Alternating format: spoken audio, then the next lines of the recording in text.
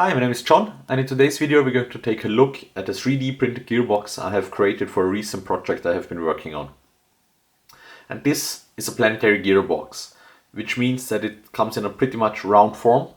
It's almost round except for the mounting screws and the ground mounting plate on which I will bolt it to the chassis of the device I'm going to mount it on. And it has an input shaft, and for this one I used just a hex thread or a hex bolt, so I can drive it with a screwdriver just for showing you guys how it works. And then we have the output side, and here I have a pulley installed. It's a GT2 pulley in which I'll drive the belt system driving the machine I'm working on. And yeah, else it's quite an easy or simple design. It has two stages, so there is one planetary gear set in here, and then there's a second planetary gear set in here. We will take a look on how that looks right away. And that however means that we have 6.4 times gear reduction on this stage, and then we have another 6.4 times gear reduction on this stage. So you can multiply those, and then you get a total reduction of about 40 input rotations for one output rotation. Or of course, if you drive it from the other side, for every rotation it makes on this side, the other shaft will turn 40 times. So I can show you that. For example, my screwdriver would be the motor here. If I connect it here to the gearbox, to the input side, if I turn the screwdriver, the output shaft is barely moving. But as I said, I have to turn the screwdriver for 40 times to get one revolution out of the output shaft. However, if I back drive it, you can see the screwdriver will spin quite fast and it's quite loud. So yeah, I will take it apart, and then we can take a closer look on how it looks inside.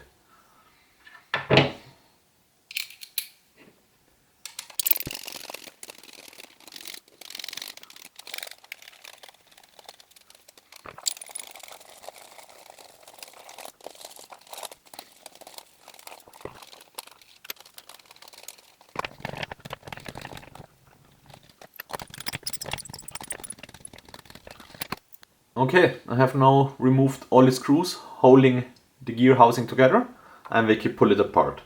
So the first part that comes out here is the output stage, as I like to call it, and it has the housing for the output stage.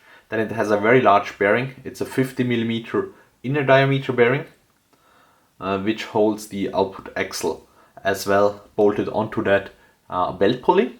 And the large diameter comes from two reasons. A, I wanted to keep the planet carrier in place nicely, and two, there will be quite a lot of load on the pulley into the one direction, depending on what you mount here. I mean, the GT2 pulley probably won't take that much load, but if I wanted to maybe mount a chain drive or anything larger, there might be a lot of like radial force in one direction or another, and I wanted the bearing to be able to hold that. So that's why the large bearing there. Also, the third reason, I guess, is I had it in stock. So the next part we're taking a look at is the sun gears here, and the planet gears, and the planet gears sit on the planet carrier. And each of the planet gears has a small 608 set bearing in them, so it's a 8mm shaft bearing. And you could probably get away with some kind of bushing here. However, thanks to the high reduction, at least the second stage is rotating quite fast, so it probably would get hot. And you can see the shafts are hollow.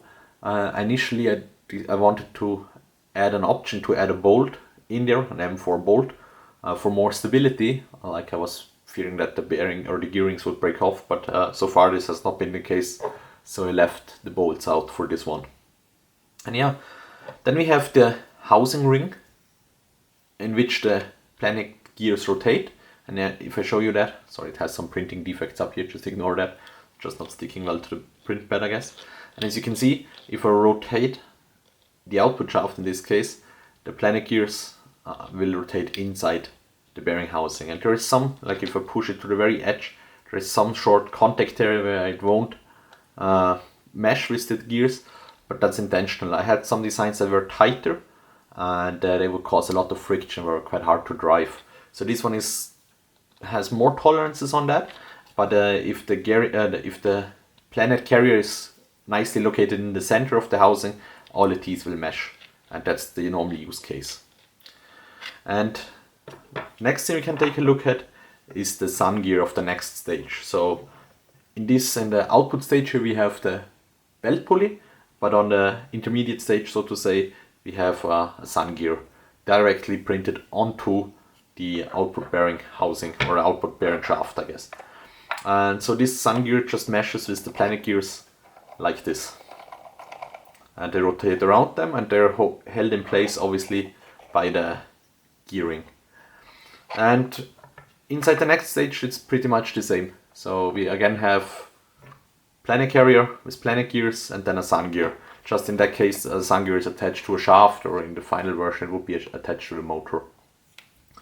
And yeah, for materials I printed these in PETG, all the parts, just black, white and orange PETG.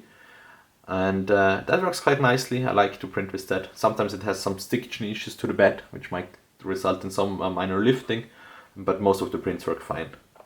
And the design itself was done in Autodesk Fusion 360, and I used a gear generator to generate the sun and the planet gears. And then I just copied one of the planet gear piece and I added it to the housing, and I just added it circularly around the center point, and I just visually checked how many T's I need for all the gears to mesh nicely. You can do that quite well in Fusion 360. So yeah, that's a very basic design. I just wanted to use it for one of the projects. One of the problems probably is it's quite loud. I have been currently trying to experiment with some grease. Obviously if I turn it like this it's not very loud because it's not assembled and it's not spinning very fast, but if you drive it with a motor and just use all the 40:1 reduction, it ends up being quite loud. I'm currently trying to experiment with grease, but yeah, we'll see how that goes. So thank you for watching this video. You will soon see this gearbox in another project, hopefully driving around. And yeah, thank you for watching and have a very good time.